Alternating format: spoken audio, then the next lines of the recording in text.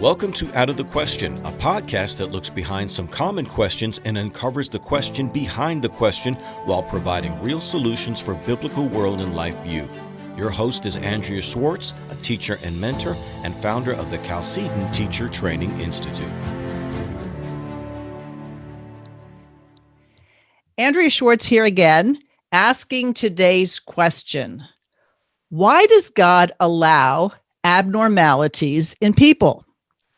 Now, what sparked this question is an article I came across from the mainstream media that Iceland is on pace to virtually eliminate Down syndrome, a genetic disorder also known as trisomy 21. Now, are they doing this through some sort of medical breakthrough that prevents this disorder from occurring? No, they are doing it through abortion. Between 1995 and 2011, nearly 100% of unborn babies who tested positive for Down syndrome were aborted in Iceland. In 2015, France had a 77% abortion rate, 90% in the United Kingdom, and in the US, the statistics are anywhere from 67% as high as 90%. But it's difficult to determine that exact number because the U.S. government does not keep detailed statistics about abortion. And in Denmark in 2014, the government reported 98% of unborn babies who tested positive for Down syndrome were aborted. Now, there is a test that a woman can take early on in pregnancy to determine all sorts of abnormalities of her unborn child. So what is behind my initial question is really a theological one. Does God make mistakes, or are so-called anomalies and abnormalities really man playing God? I'm joined today by a mom, Brittany Duggan, who is going to give us some insight into what it's like to birth and raise a child with Down syndrome. Thanks for taking the time speaking with me today, Brittany. You're very welcome. Okay, so let's start off with you just kind of giving the history, your family life, how you were raised, the number of children you have, and let us kind of hear your story and how the birth of your son Josiah came to be such a significant part of your life. Well, thank you so much, Andrea. It's really an exciting topic for me to talk about. I love any opportunity to do so. It really is a life-changing experience to have a child with any special needs, I think. I was raised in a Christian family, one of 5 children, which is considered a big family to a lot of people. And I knew I wanted to have children of my own. When people used to ask me as a child, what do you want to be when you grow up? Being a mom was always top of the list. So the Lord has blessed us with 4 children of our own, from ages 12 on down to 3 years old. And I'm a homeschool mom as well. My kids are a huge joy for me. I actually worked with children with special needs before I had children of my own. It's always been a joy and a passion and a delight for me to work with these little ones. And the Lord knew the plans he had for us, and that was to bless us with our son Josiah in 2011. So his birth was unexpected. We had chosen with all of our children to forego any of the prenatal testing that was offered. And well, let me stop you for a second. Yeah. Why did you, I did the same thing, but maybe some people might think, why would you do that?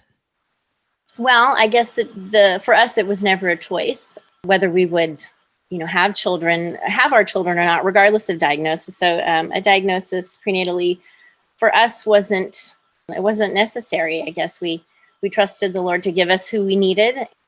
We had the ultrasounds and whatnot to determine they can sometimes find anomalies, I guess I would say, in the ultrasounds, but it's not typically how they diagnose Down syndrome. But, they can check for heart conditions, spina bifida, things like that maybe you could treat prior to birth. But for us, it wasn't a choice whether we were going to have whatever God gave us. So it didn't seem necessary to worry about the what ifs.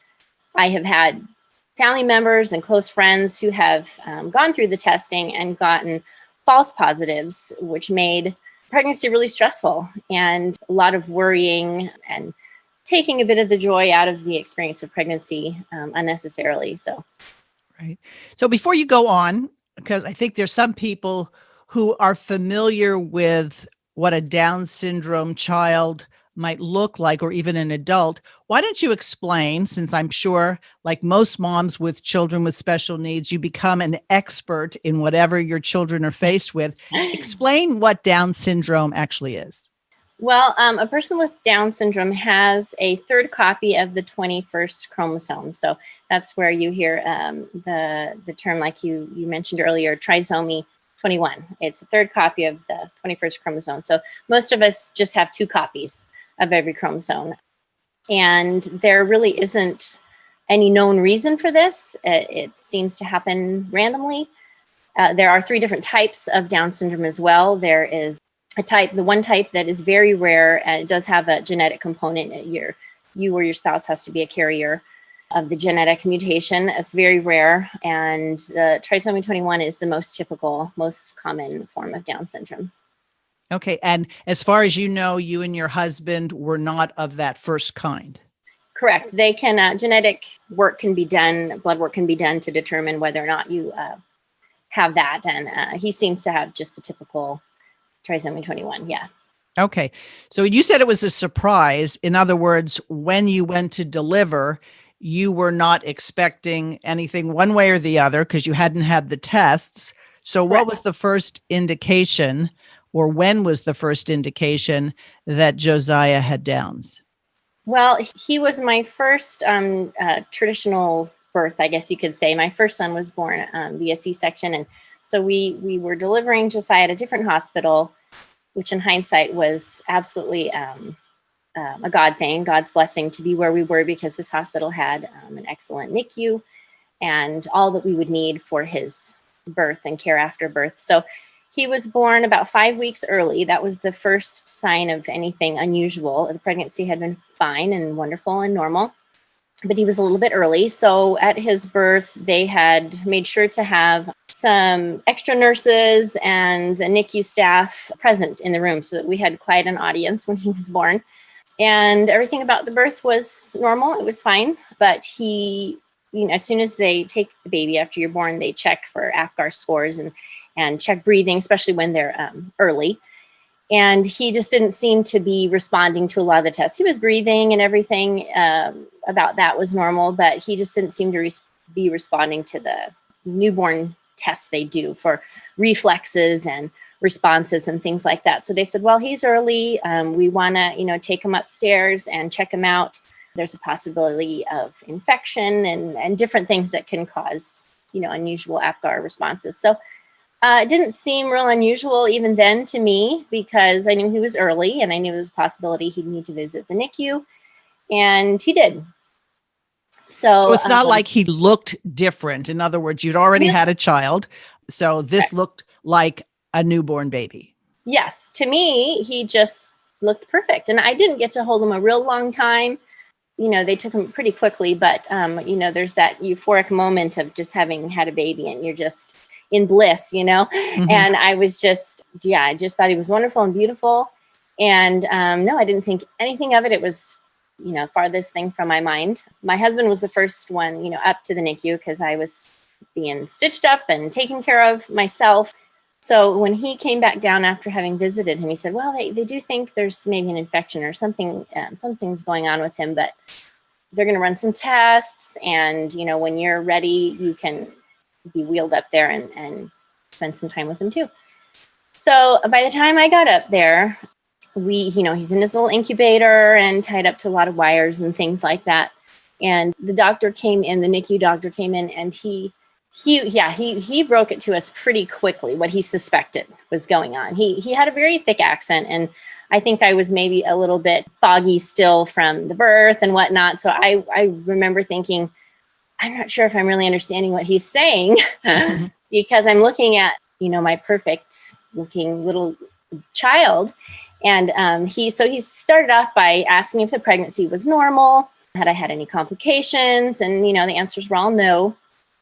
And then he started showing us some markers on his body, shorter upper portions of his arms, flattened nose area, the way his hips were positioned out rather than having that newborn surprise reflex. He was just kind of floppy. Mm-hmm. And he had a little bit of a spread between his first and second toes too. That's another common indicator. So there were features that he noticed, and I remember thinking, like, I don't see any of that. What are you talking about? He must be talking to the people next to us. Am I really hearing what I think he's hearing? Or what I think I'm hearing? And he said, I suspect all these things might be an indication that he has Down syndrome. And yeah, it's definitely a punch in the gut kind of thing to hear when you're not expecting it, And well, just to interrupt, especially after giving birth, God gives moms this hit of a hormone that makes us sort of forget all the pain and all that we just went through. And so you must have experienced going from a real high to somewhat of a low. Yeah, absolutely. You're just on cloud nine after you've had a baby. And I was especially so because I was so delighted that I was able to have him without a C-section, which was my biggest concern going into it, that we would maybe end up with a repeat C-section. So I was really on cloud nine and praising God for the smooth delivery. And yeah, I just remember thinking, he can't be talking to us. I'm sure there's a mistake. I think everything is fine. They'll run the test and they'll come back, and I'm sure that they'll be wrong, so you're thinking all these things at once, but your mom instinct also is just wanting to fix the problem. Right. Mm-hmm. Right. So you said you had worked with special needs children before through your training. I imagine something to do with the higher education you got. Were you familiar with Down syndrome and what it's like for a family that has a Down syndrome child?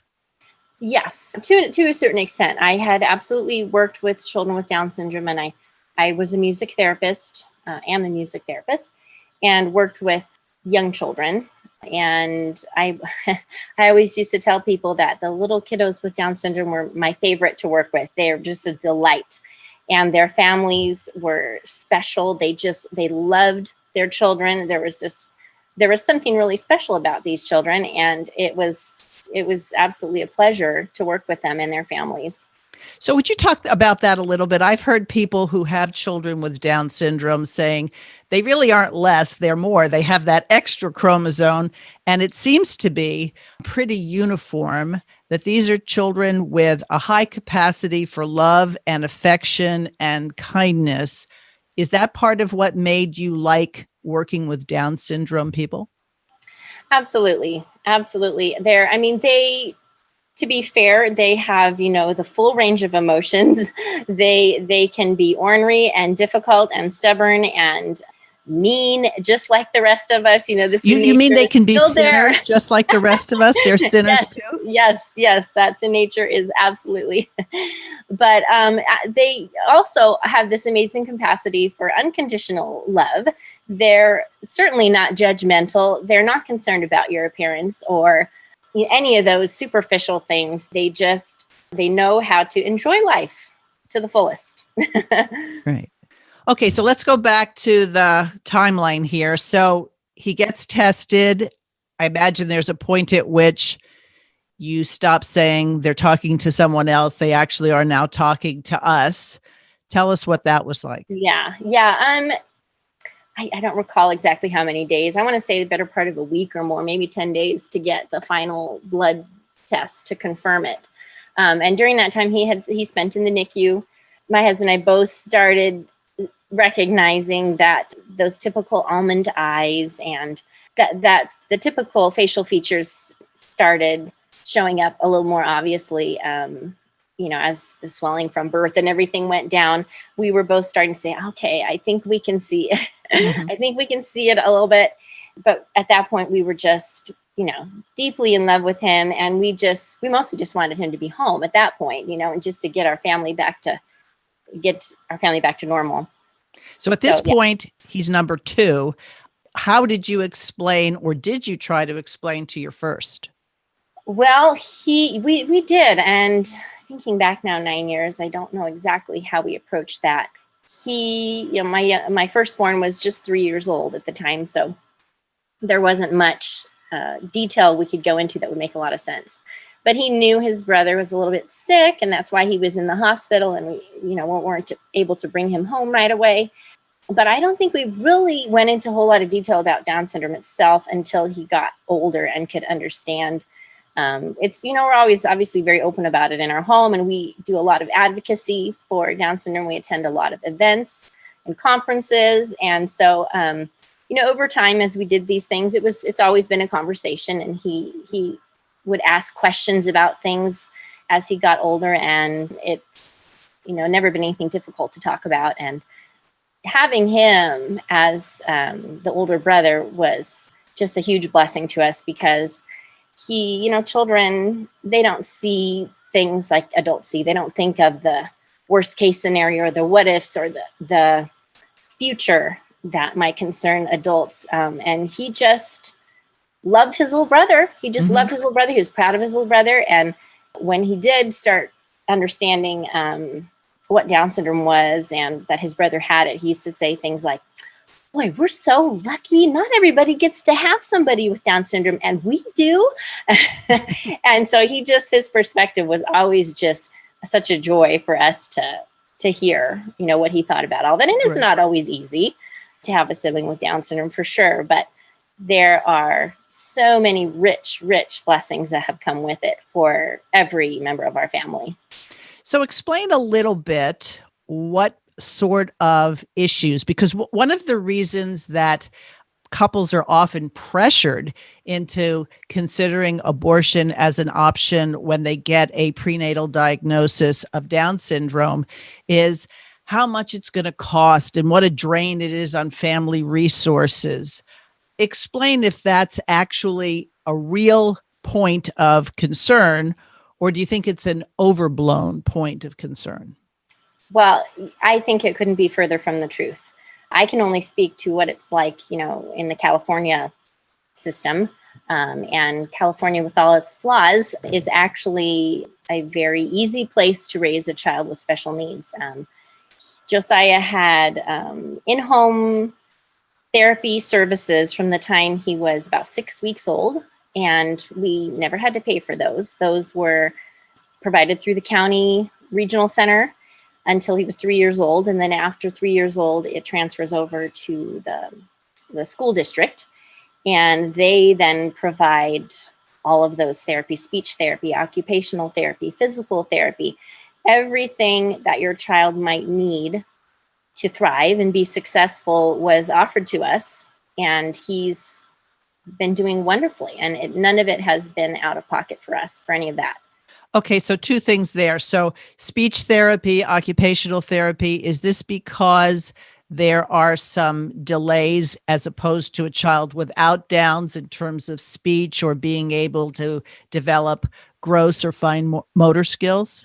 Yeah, those are pretty common delays in development for people with Down syndrome. The speech delay is probably the most common. There's different issues going on in terms of low muscle tone in the mouth and small mouths, larger tongues, things like that, that make articulation difficult.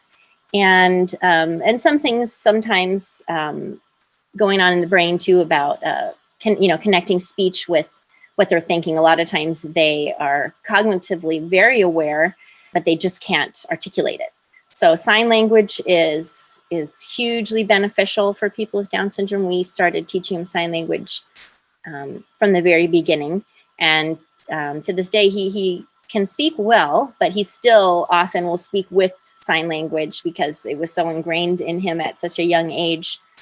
And yes, as far as occupational therapy, there are muscle tone and coordination issues, and as well for physical therapy and gross motor issues. Okay. Does Josiah know he has Down syndrome? And if the answer to that is yes, how does he understand it? I don't know if he really does understand it. We definitely don't keep it a secret. We talk about it. We celebrate World Down Syndrome Day with his friends. We go to the Buddy Walk annually, which is a fundraiser for our Down syndrome support organization. So it's definitely talked about in our house and celebrated even at his school. But I don't know that he would be able to say what it was or any of that quite yet. I see. Now, I know you have two children that came after Josiah. How did you introduce them to the idea that their brother wasn't going to be the same as other people they might meet? Or did you even bother to do that? I don't think we ever felt we had to take a specific moment to sit them down and have that conversation necessarily, because it's just a part of our daily life. And again, all those activities that we take part in that are about Down syndrome, my now 6-year-old, almost 7-year-old, I think it was just a couple years ago when we were going to the buddy walk, and he was asking, why do we go to the buddy walk? What is this about? And so it's those questions like that come up that we have the opportunity to explain. Well, your brother was born with Down syndrome, and this is what it means. And, he's just like everyone else, but it takes him a little bit longer to learn things. It's, we've had issues with behavior from time to time that we have to explain. It just takes him a little bit longer to learn. He's going to get it. He like he does with everything, but it's going to take a little bit longer. I see. So I started off by talking about anomalies or abnormalities. Do you agree that God doesn't make mistakes, and these are abnormalities from what we consider normal, but that if Psalm 139 is true, Josiah is not an accident in any way, shape, or form? Absolutely. Absolutely. I could shout it from the mountaintops if I could, that God does not make mistakes. God, he knew what he was doing when he created Josiah. He knew just the person our family needed. He knew the plans that he had for Josiah's life. And we are privileged to walk beside him and find his gifts and to hone those gifts and to see what the Lord will do with his life, just like all of our children. So in that regard, he's no different than what any parent would feel for any child.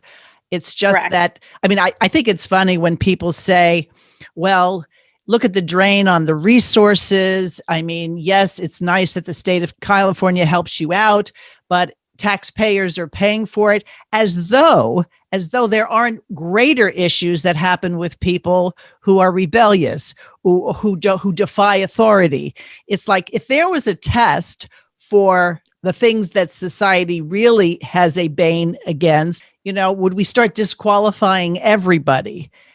And I'm wondering if, in your experience, there are people who give you sort of pitiful looks like, oh, poor you, look what you have to deal with. What's that like when that's the look you get?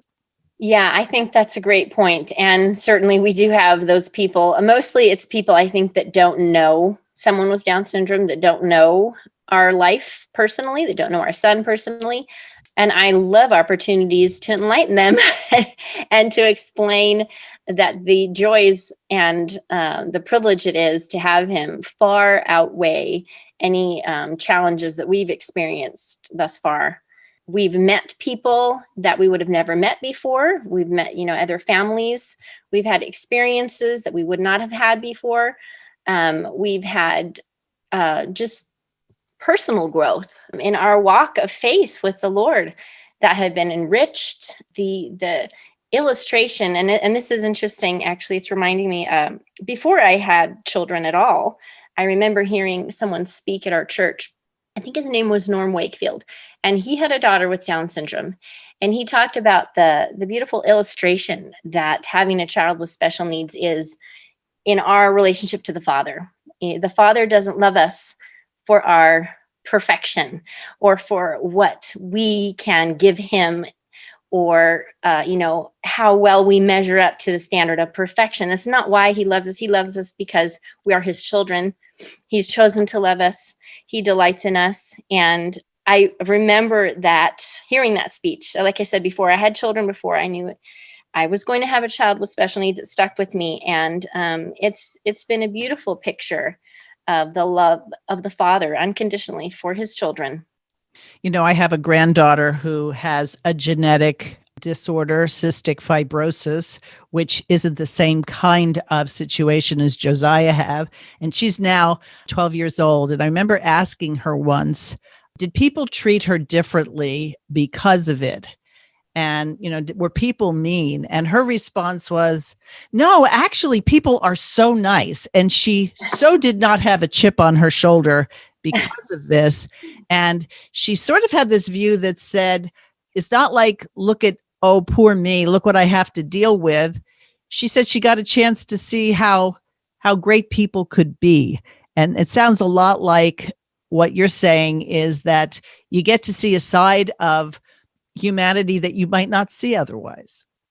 Absolutely. Absolutely. There will always be those people who will have their negativity about it, that will be unkind to him and to us. But I would say that's in the minority, thankfully. We've been really, really blessed in our situation. And yeah, I just, like I said, I take every opportunity I can when that arises to just be honest. And I think a lot of the fear for new parents or parents who, are even worried about having children in the future is that it's the medical community that needs to catch up with the current information. They love to share the worst case scenario. Their information is often completely outdated, saying they won't walk, they won't talk, and all these things that are just not true. There's no way we can have predictions like this when children are still in the womb. And yet parents are making decisions, permanent, life-altering decisions based on this outdated information. So would you say, with all that you've learned, that there's no reason to suppose that Josiah won't have a meaningful life, not just as a child, but as an adult? Absolutely. Yeah, we're excited to see what he's going to do. He's already making his mark and making his impact in his community and in his school and in his church. And we are just very excited to see what the Lord has planned for his adult life as well. More and more, you see various organizations and businesses that will actually hire people with Down syndrome. And one of the hardware stores locally years ago, Down syndrome employees would be the greeters, and they were so helpful. You'd ask a question, and not only would they say it's on this aisle or that, they would walk with you, and they would practically be your friend while you were in the store. And I thought that was really a good way for people not to be fearful of other people who are different. Yes, and I think that is a hugely wonderful thing that we see a little bit more in our modern day. It used to be pretty common practice to institutionalize people with Down syndrome, and the community didn't get to see them, and they didn't know. It was sort of this mysterious condition that people were really scared of. And getting to know someone with Down syndrome, you realize they have amazing skills, they have amazing talents, they have gifts of their own to contribute, and they make excellent employees. They have great work ethic, generally speaking. And in my experience, those of who I've met and whatnot, they're doing everything. I know people with Down syndrome who are models and who are movie stars and who are grocery checkers and office workers, you name it. They are being more and more accepted these days in the workplace, which is encouraging to see. Right. There was a recent movie, which I loved so much. I saw it, and then I took my husband to go see it, and I've watched it again, called Peanut Butter Falcon, that has the star, a Down syndrome person. And I don't know, it was hard to say, is he acting? Is he not acting? Because he certainly wasn't probably exactly like the character, but it was such a feel-good movie because the genuineness came out. Yes, absolutely. We all just raved about that one too. And we've even read some stories about the relationship of the main characters off screen, the impact that main character with Down syndrome had on his co-stars was pretty meaningful and impactful too. So 2 thumbs up. That was a great movie. Yeah, absolutely. So has it been any different with Josiah than with your other children in communicating the ideas of the faith and his need to receive the Lord Jesus? We talk about that quite a bit. He attends Sunday school just like his siblings did, and we have family devotionals every day.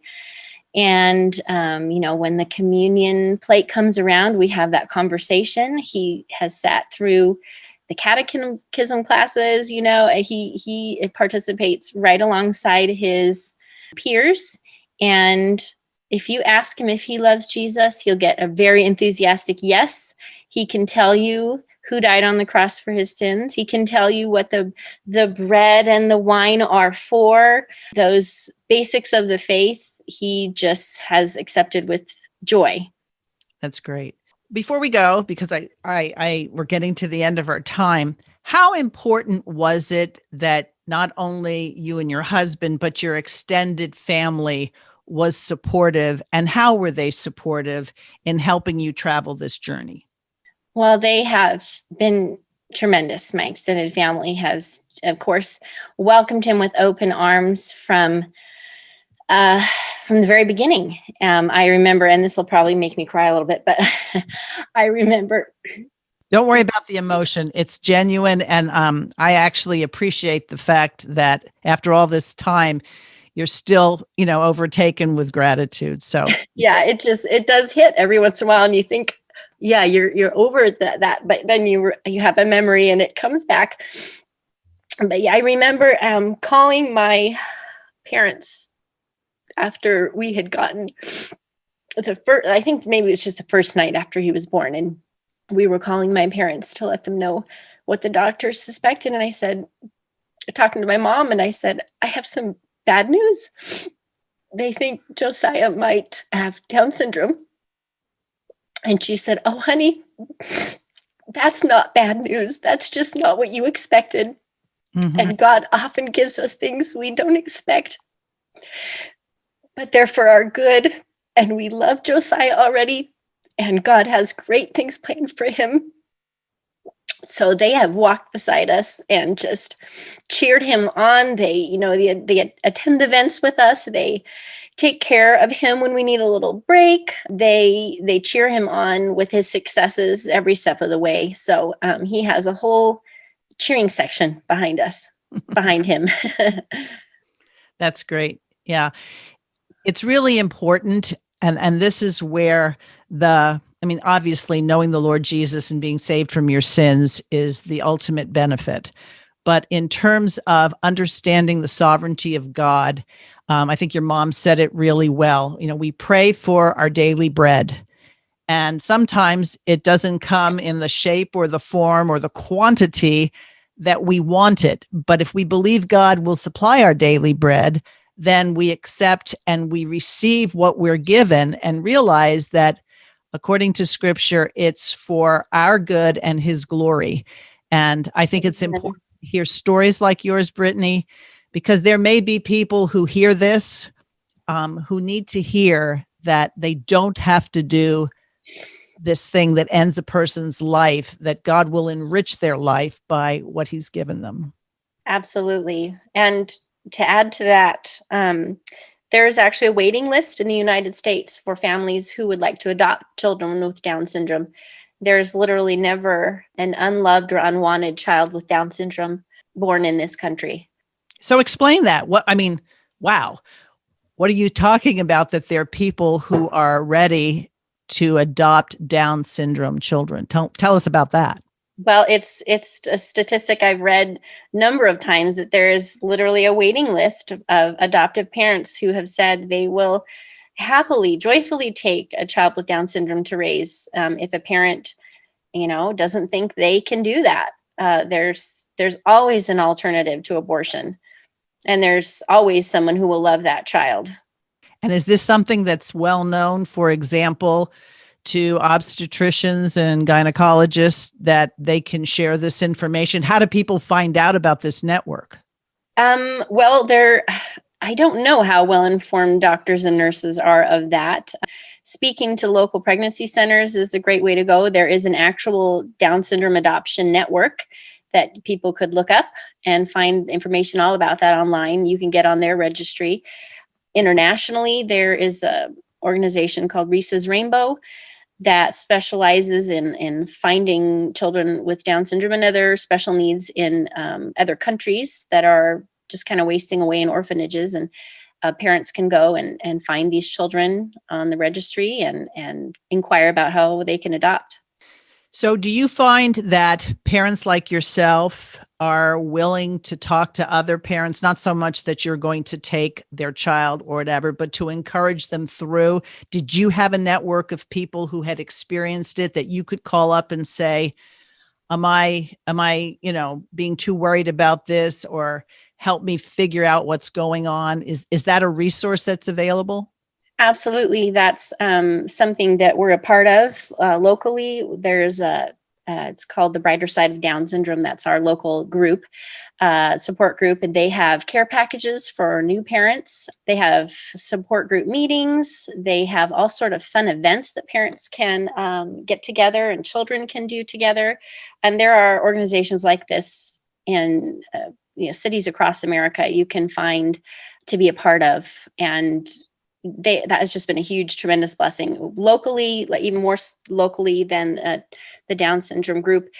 I have a group of moms that gets together regularly, and we have kids all different ages, all different levels of development. And we just share stories and we encourage one another. We cheer each other on in the victories and we hug each other through the challenges.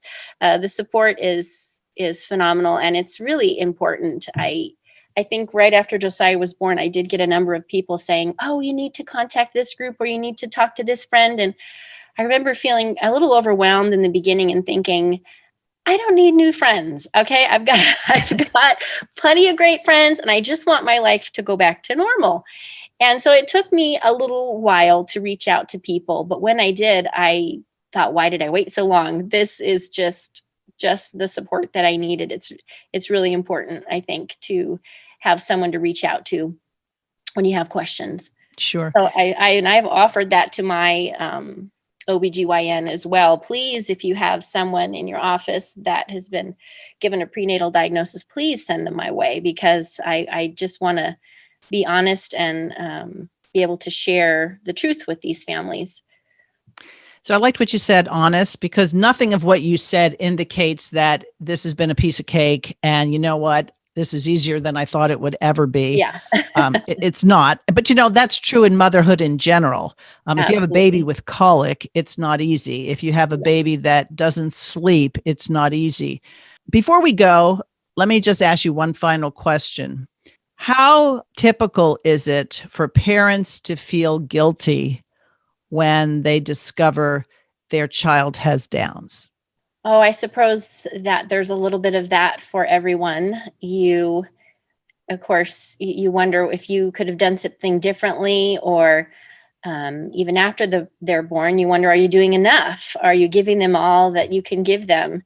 Is there some therapy or experience you're missing out there? And you do a ton of research, but I think just remembering that God has a plan and that God will give you the tools you need to guide you through this experience. The help is out there. His help is out there. His comfort is there. His encouragement is there. Well, good. Well, thanks a lot. Give Josiah and the other three a hug for me. And I hope that you've encouraged people to, even if it's not their particular situation, no doubt they're going to run into someone who has this situation, and to just realize that with a simple search engine search, you can be connected with people who are able to help you. Yes. And thank you so much for having me on. This was just a pleasure. And I do hope that it's helpful. Oh, I'm sure it will be. Well, listeners, thanks for joining me again. If you have a question about this topic or a topic you would like us to explore, you can reach me at outofthequestionpodcast@gmail.com. Thanks for listening to Out of the Question. For more information on this and other topics, please visit chalcedon.edu.